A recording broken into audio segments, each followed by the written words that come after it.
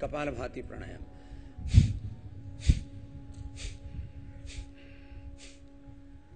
ये कपालभाति भी बहुत अद्भुत है। लय के साथ करना है, निरंतरता के साथ करना है। मूलाधार से सहस्रार तक पूरा देह देवालय शिवालय हो जाता है। इसलिए मैं बार बार कहता हूं, योग व्याधियों को तो मिटाता ही हमें समाधि तक लेके जाता है। समाधि माने समाधान, solution of all problems,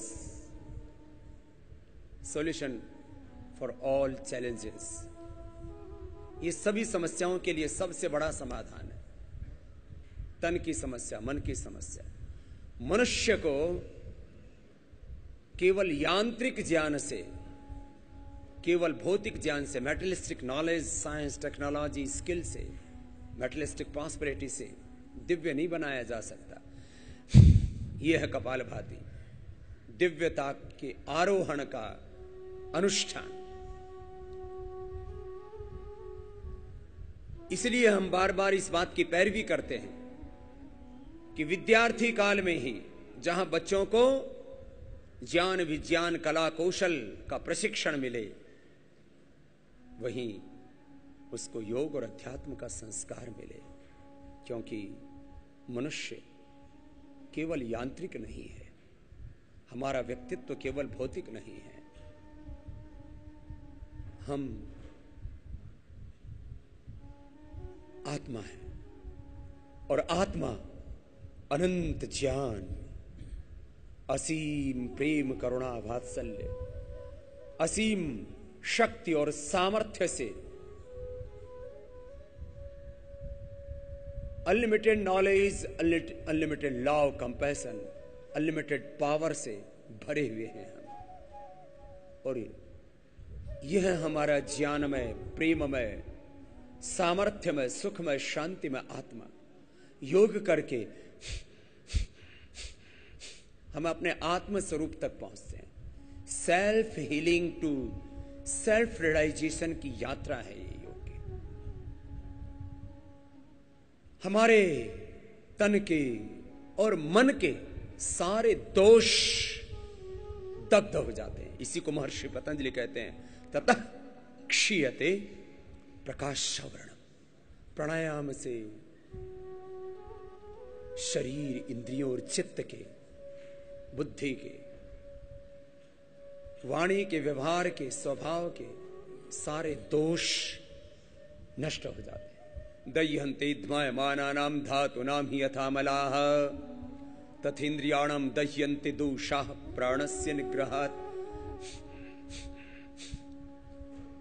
kapalbhati प्राणायाम करते जाएंगे। जीवन में दो बातें रह रह करके हमें याद आती रहती हैं। एक, मैंने अमुक समय ये काम क्यों नहीं किया, मैंने बचपन में योग क्यों नहीं किया, मैंने बचपन में अपने शरीर बल को, अपने मनोबल, बुद्धि बल, आत्मबल के क्यों ना बढ़ाया, मैंने बचपन में जितना पुरुषार्थ करना चाहिए था, यौवन में जितना अपने आप को संभाल के रखना चाहिए था, क्यों ना रख पाया। एक, अच्छा न करने का मलाल, और दूसरा बुरा करने की ग्लानि। कुछ भी अपने से बुरा हो जाता है तो बहुत बुरा लगता है। अपनी आत्मा हमें नोचती रहती है, कसोटती रहती है, कोसती रहती है, धिक्कारती रहती है। ऐ पापी, अनीस, अधर्मी, तूने ऐसा क्यों किया। अर्थात बुरा करने का और अच्छा न करने का एक गम अपने भीतर रहता है। तो आज हम योग करते करते संकल्प करें कि हम एक क्षण भी अब पापों की ओर पग नहीं धरेंगे। अब तो हम शुभ की ओर आगे बढ़ेंगे, सत्य, धर्म और न्याय के पथ पर आगे बढ़ेंगे, वेद के पथ पर, योग के पथ पर आगे बढ़ेंगे।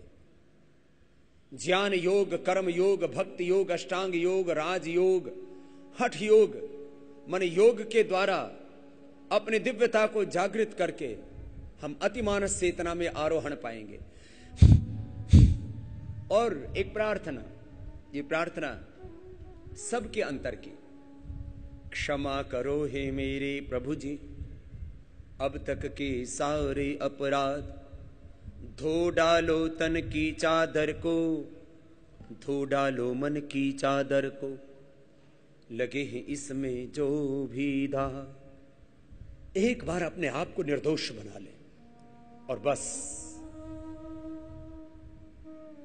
फिर एक क्षण के लिए भी अपने भीतर अशुभ ना आने दे। मैं बार बार एक सत्य कहा करता हूं और ये जीवन में विजय प्राप्ति का सबसे बड़ा मंत्र है। एक कण भी गलत आहार का हमारे भीतर न जाए, क्योंकि उससे हमारा पूरा स्ट्रक्चर ध्वस्त हो जाता है। एक क्षण भी गलत विचार हमारे मन में ना आए, क्योंकि उससे हमारा करैक्टर करप्ट हो जाता है। तो आइए कपालभाति करते रहेंगे और प्रार्थनापूर्ण हृदय से आज सबको दिव्यता में आरोहण पाकर के ही जाना है। अब तो सामान्य चेतना से हमें इस दैवी चेतना में आरोहण करना ही है। अहमीव स्वयं इदम वदामि जुष्टम देवी विवृतमानुषेभिः। अहमेव स्वयं इदं वदामि जुष्टं देवीभिरुतमानुषीभिः। यं कामयितं तम उग्रं कृणोमि तं ब्रह्माणं तम ऋषिं तम सुमेधाम।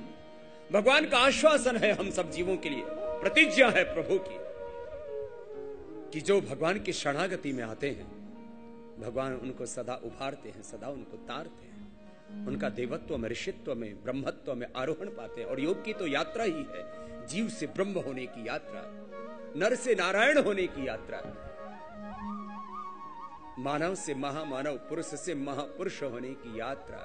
तो कपालभाति करते करते विकार तो मिटाएंगे, निर्विकार होकर के, निर्विचार, निर्द्वंद्व, निर्वैर, निर्भय होकर के उस ज्ञानमय, ज्योतिर्मय, तेजोमय, आनंदमय प्रभु के साथ एकाकार हो जाएंगे। यही तो है योग की अंतिम परिणति।